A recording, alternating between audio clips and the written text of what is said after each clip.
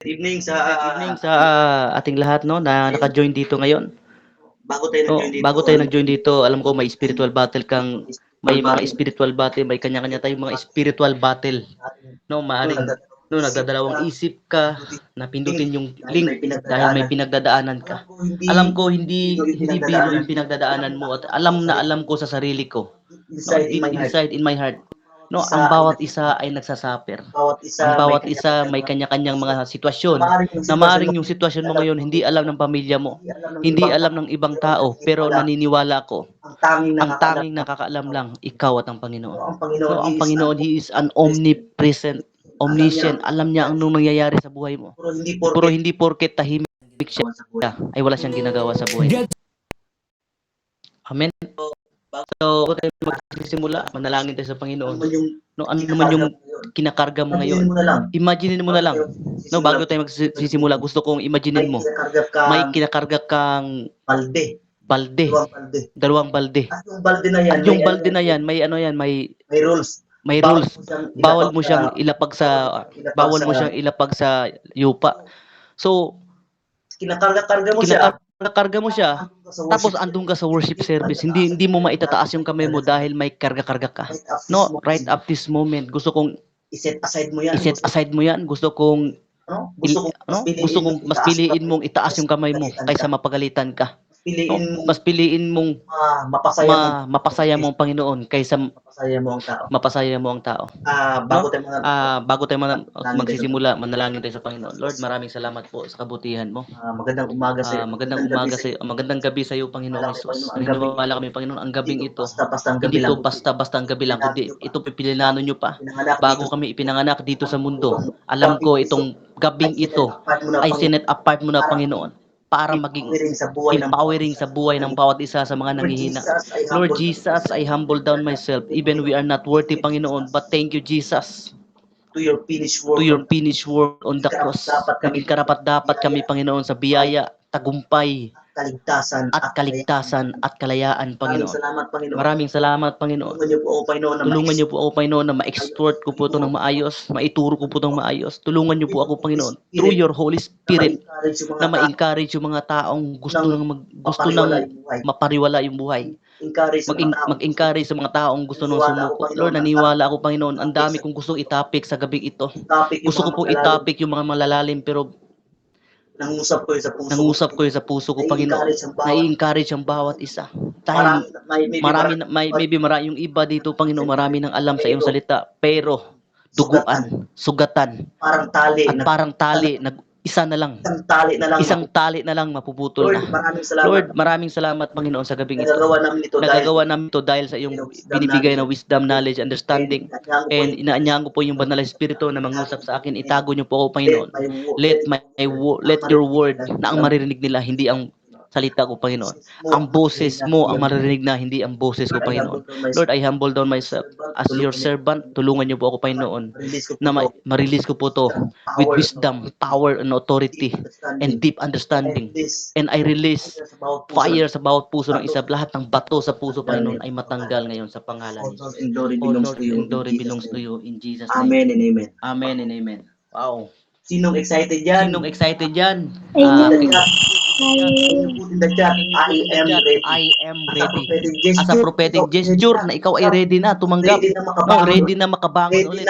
Ready nang magsimulang ulit. Ready nang bumalik yung pag-asa. Ready nang ma-revive. No, just comment in the chat box, I am ready for the word. Jesus. No, as a prophetic gesture, inanyahan ko kayo. Just comment. There is power in the declaration. Ano yung dineclare mo? Magiging ready ka sa mga pagsubok. Gusto ibaranas ng Panginoon sa iyo. Hallelujah. Jesus. Welcome to our empowering night.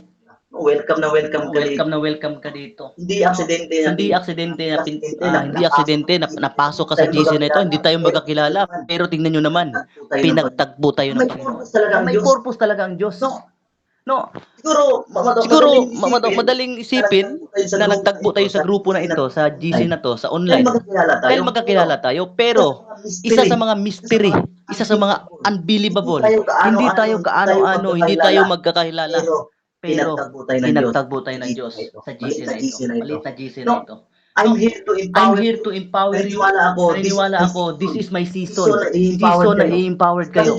Kasi dumaan din ako sa time, no, sa season ko. Kasi bawat isa sa atin may season. There's a time for everything. May season ng kagalakan, may season ng iyakan, may season ng mabuhay ka, may season ng magkakasakit ka, may season na wala kang sakit, may season din may sakit. Pero sa season na ito, pinagpala ako ng Panginoon. In-encourage ako ng Panginoon. No, so ibig sabihin, ito yung season ko para mag-encourage sa inyo. At dumating man sa punto, ako rin nasa season din ng pagluksa. Kayo din naman. No, kayo din naman mag-encourage sa akin. Kaya nga pinadaan ako, kaya yung season natin hindi pareho. Yung season sa kabilang lugar, season ng mga mangga. Yung season sa area namin, season ng bunga ng lansones. So iba-iba yung season, hindi pinagpareha. Kasi kung pinagpareha yung season natin, kung yung season ko ngayon nasa pagbagsak, so season mo din yung pagbagsak, paano tayo mag-encourage sa bawat isa?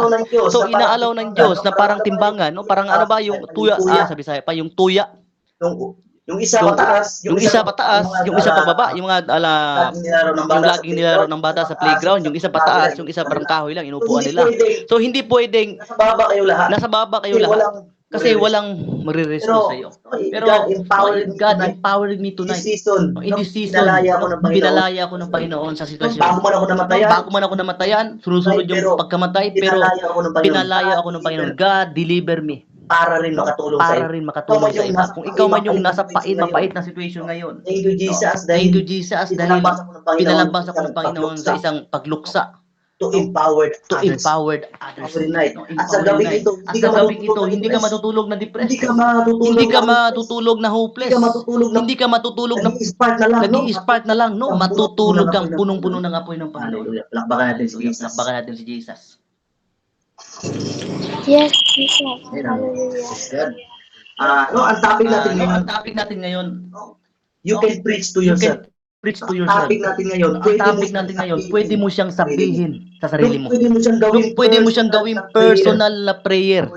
Lord, ito yung title natin ngayon, ha? Lord, Lord, help help me. me. I almost give up. I need your deliverance. Lord, tulungan mo. Maring ito yung laging sinisigaw ng puso. Maring ito yung dahilan ng pagtulo ng luha mo. Lord, help me. Kaya ka tumutulong sa Panginoon dahil hindi mo na kaya. Pero ito yung pinakamaganda. Inaalaw ng Diyos na mabigatan ka para humingi ka ng tulong.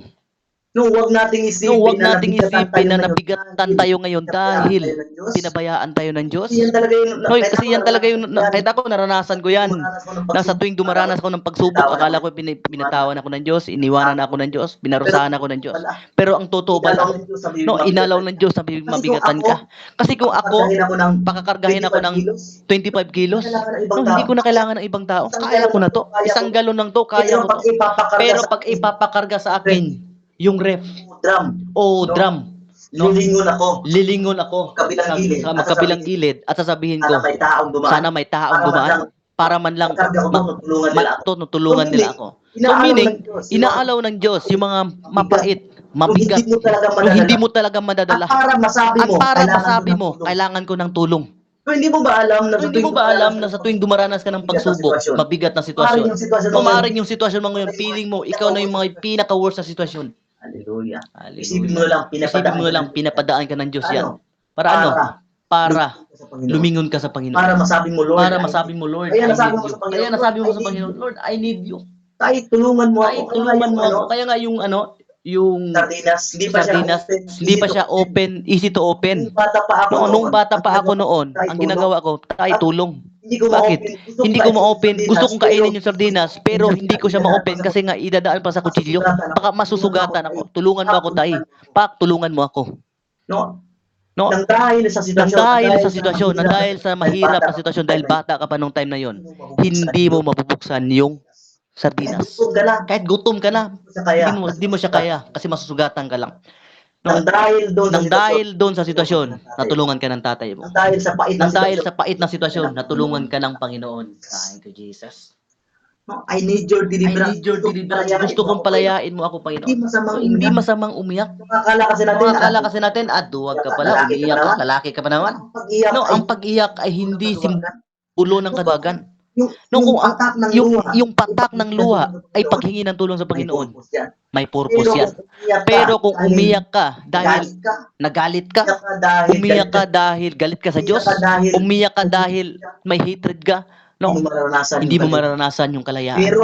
Pero kung umiyak ka, umiyak ka na humingi ka ng tulong sa Diyos, mararanasan mo yung kalayaan na inaasa mo. Jesus. Thank you, Jesus.